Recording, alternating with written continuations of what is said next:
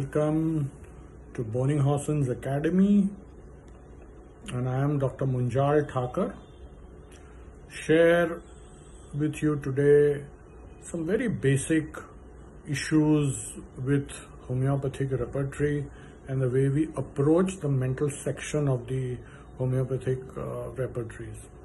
So what I see, and also in the past I also did the same mistake, and I believe that this needs to be rectified. We see that while studying the mental symptoms, especially the mental rubrics,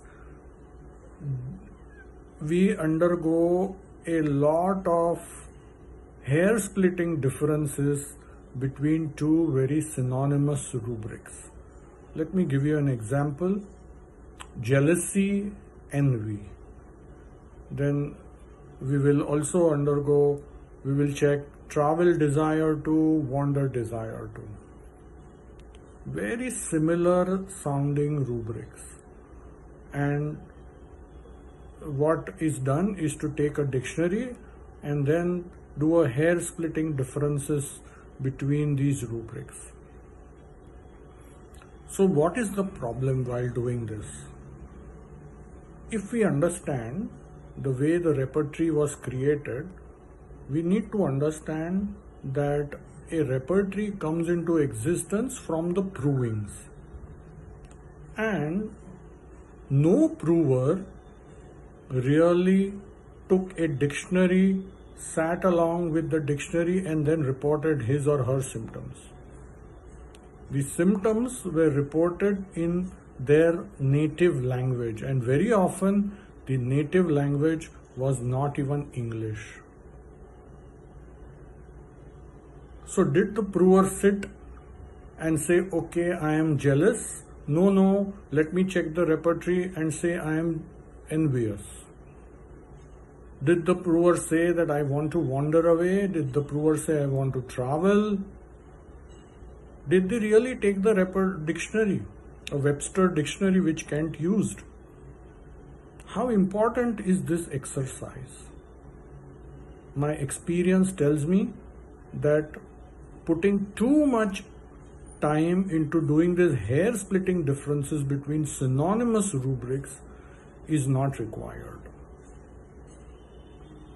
What is required, especially for practitioners who don't have a background in English language, and especially when the repertories are written in English language, it is important that we know the general usage of the terms and the rubrics.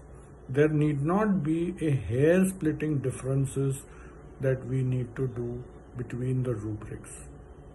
The provers did not do this while they reported the symptoms, and so should not we do it, nor do our patients do it.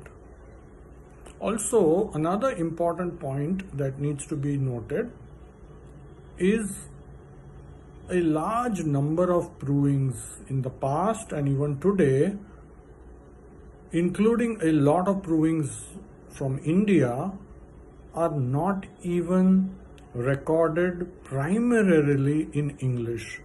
They are recorded in the native language, and then there is a translation into English so that it reaches out the English speaking world.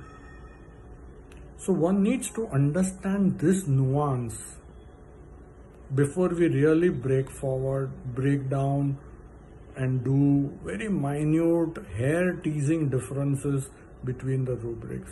In fact, while doing this, we could actually end up going wrong.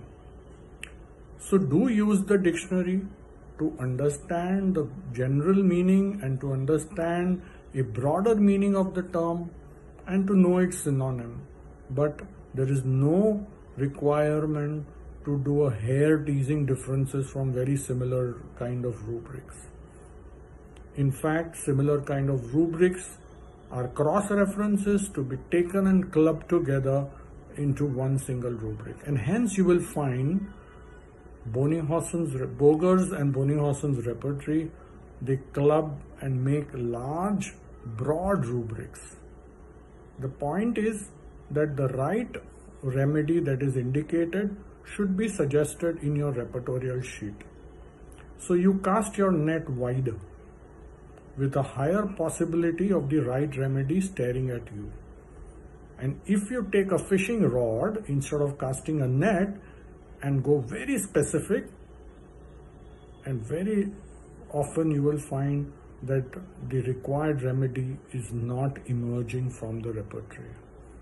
So our repertories have to be used lightly, and also always remember the repertory comes from the proving, and the provings come from the prover's diary, the way the provers report themselves, usually in their native language. The native language could be Hindi, could be Gujarati for Indian provings, could be German or any other European language for the provings coming from Europe. So with this cautionary note, I say a goodbye. Do like the video, subscribe to our channel, and seeing more informative pieces of knowledge that I will keep sharing over a period of time.